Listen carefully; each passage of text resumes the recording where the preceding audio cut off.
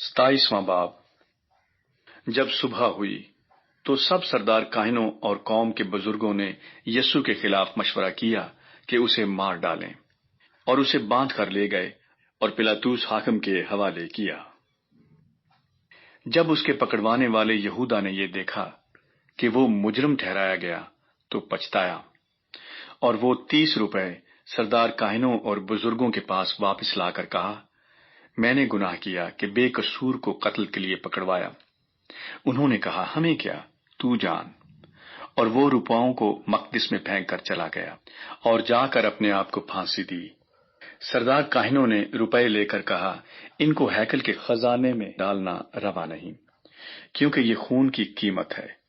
پس انہوں نے مشورہ کر کے ان روپاؤں سے کمہار کا کھیت پردیسیوں کے دفن کرنے کے لیے خریدا۔ اس سبب سے وہ کھیت آج تک خون کا کھیت کہلاتا ہے۔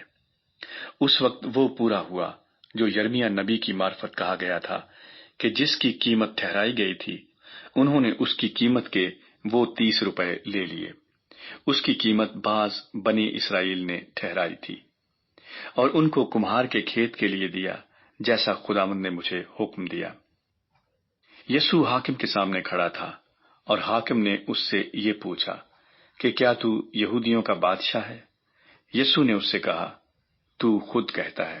اور جب سردار کاہن اور بزرگ اس پر الزام لگا رہے تھے، اس نے کچھ جواب نہ دیا۔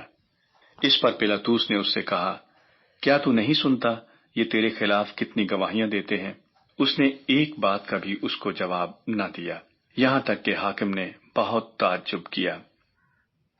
اور حاکم کا دستور تھا کہ عید پر لوگوں کی خاطر ایک قیدی جسے وہ چاہتے تھے چھوڑ دیتا تھا۔ اس وقت برابا نام ان کا ایک مشہور قیدی تھا۔ پس جب وہ اکٹھے ہوئے تو پلاطوس نے ان سے کہا، تم کسے چاہتے ہو کہ میں تمہاری خاطر چھوڑ دوں، برابا کو یا یسوع کو جو مسیح کہلاتا ہے؟ کیونکہ اسے معلوم تھا کہ انہوں نے اس کو حسد سے پکڑوایا ہے۔ اور جب وہ تخت عدالت پر بیٹھا تھا تو اس کی بیوی نے اسے کہلا بھیجا کہ تو اس راست باز سے کچھ کام نہ رکھ، کیونکہ میں نے آج خواب میں اس کے سبب سے بہت دکھ اٹھایا ہے۔ لیکن سردار کاہنوں اور بزرگوں نے لوگوں کو ابھارا کہ برابا کو مانگ لیں اور یسوع کو ہلاک کرائیں۔ حاکم نے ان سے کہا کہ ان دونوں میں سے کس کو چاہتے ہو کہ تمہاری خاطر چھوڑ دوں؟ انہوں نے کہا، برابا کو۔ پلاطوس نے ان سے کہا، پھر یسوع کو جو مسیح کہلاتا ہے کیا کروں؟ سب نے کہا، وہ مصلوب ہو۔ اس نے کہا، کیوں، اس نے کیا برائی کی ہے؟ مگر وہ اور بھی چلا چلا کر کہنے لگے، وہ مصلوب ہو۔ جب پلاطوس نے دیکھا کہ کچھ بن نہیں پڑتا بلکہ الٹا بلوا ہوتا جاتا ہے، تو پانی لے کر لوگوں کے روبرو اپنے ہاتھ دھوئے اور کہا، میں اس راست باز کے خون سے بری ہوں، تم جانو۔ سب لوگوں نے جواب میں کہا، اس کا خون ہماری اور ہماری اولاد کی گردن پر۔ اس پر اس نے برابا کو ان کی خاطر چھوڑ دیا اور یسوع کو کوڑے لگوا کر حوالے کیا کہ مصلوب ہو۔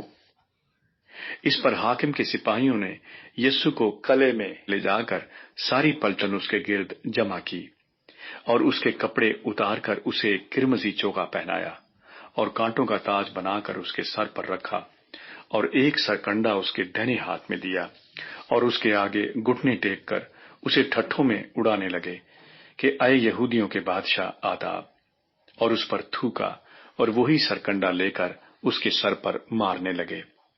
اور جب اس کا ٹھٹھا کر چکے تو چوغے کو اس پر سے اتار کر پھر اسی کے کپڑے اسے پہنائے اور مصلوب کرنے کو لے گئے۔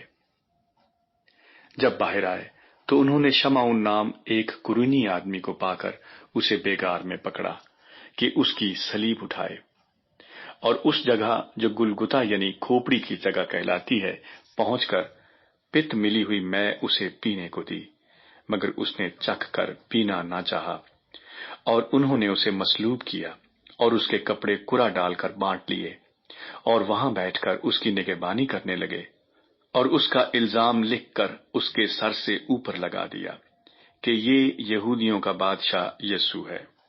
اس وقت اس کے ساتھ 2 ڈاکو مصلوب ہوئے، ایک داہنے اور ایک بائیں، اور راہ چلنے والے سر ہلا ہلا کر اس کو لان تان کرتے اور کہتے تھے، اے مقدس کے ڈھانے والے اور